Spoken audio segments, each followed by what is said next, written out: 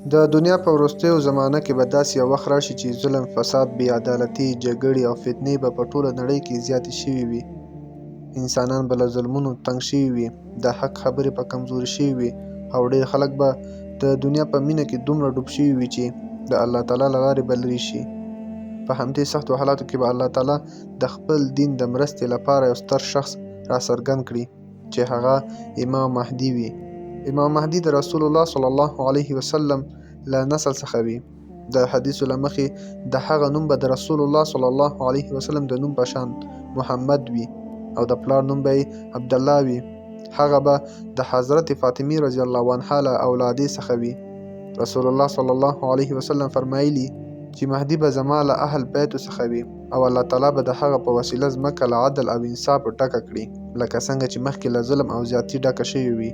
کله چې د دنیا حالات ډیر خراب شي، مسلمانان به ډیر کمزوري شي، جګړې، قتلونه، لوږې او بې اتفاقي به زیاته شي. خلک به د یو رښتیني مشر په لټه کې وي، خو هیڅوک به د امت درد ته علاج ونه لري. په همدې وخت کې به الله تعالی امام مهدي ته ځانګړی عزت ورکړي. ویل کېږي چې امام مهدي په لومړیو کې نه غواړي چې خلک ورسره بیعت وکړي. هغه به یو ساده او پرهیزګاره انسان وي چې د شهرت او واک غوښتونکی به نه وي.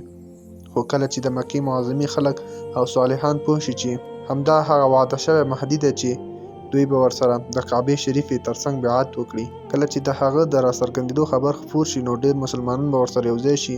امام مهدي به د مسلمانانو ترمنځ یووالی راولي، ظلم به ختم کړي او د اسلام بیرغ به بیرته لوړ کړي. هغه به د عدل او انصاف داسې نظام قایم کړي چې خلک به له امن، سکون او خوشحالۍ څخه برخمن شي.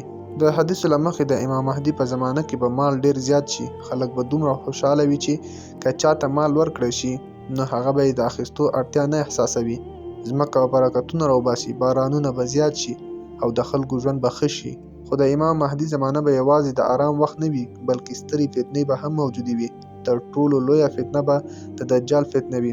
دجال به یو ډیر خطرناک او دوکه کوونکی انسان وي چې د خدایي دعوه به کوي او ډیر خلک به بې لارې کړي. په همدې وخت کې به امام مهدي د مسلمانانو مشري کوي او خلک به د دجال له فتنې څخه خبروي.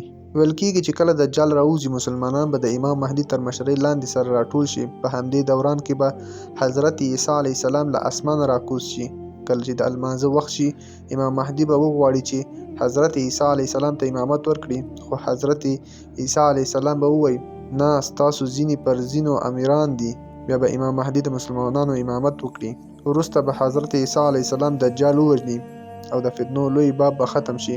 دا ټولې پیښې د قیامت له سترو نښو څخه شمیرل کېږي. امام مهدي به د دنیا لپاره د الله تعالی یو رحمت وي. هغه به خلکو ته دا وښیي چې که مسلمانان د الله دین ته راستانه شي، یووالی پیدا کړي او ظلم پرېږدي، نو الله تعالی به ورته عزت ورکوي. نن ورځ هم مسلمانان د امام مهدي د راتګ انتظار کوي، خو تر ټولو مهمه خبره دا ده چې انسان باید خپل ایمان قوي کړي، ښه اعمال وکړي، له ظلم او ګناهونو ځان وساتي او د فتنو په وخت کې د الله تعالی مرسته وغواړي. ځکه رسول الله صلی الله علیه وسلم فرمایلی چې د آخري زمانې فتنې به ډېرې سختې وي. الله تعالی دې موږ ټول د حق په لاره ثابت قدم وساتي او د قیامت په ورځ دې موږ د نیکانو له ډلې څخه راپاڅوي.